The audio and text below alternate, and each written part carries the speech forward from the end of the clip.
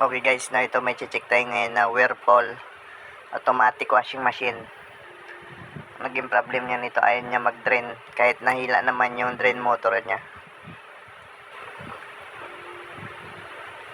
Kaya pala ayaw niya mag-drain guys, dahil dito sa drain valve niya may nakabarang plastic.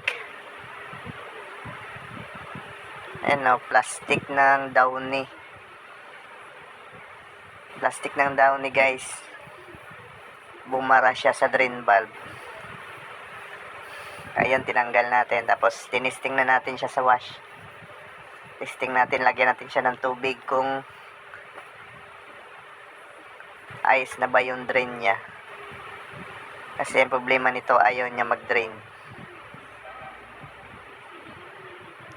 Ayan, testing natin sa wash washin lang natin muna.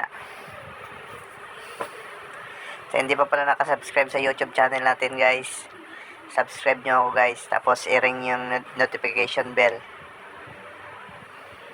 para updated kayo sa mga videos na ilalabas natin.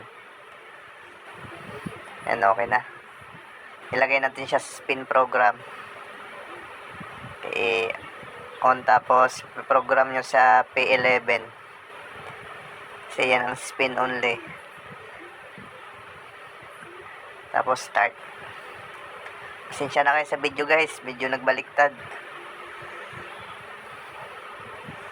Pag start dun guys, mga ilang seconds pa yan bago hihila ng drain motor. Mga ganitong model, hindi agad-agad maghihila yan, mga ilang segundo pa yan. Tayo na natin humila.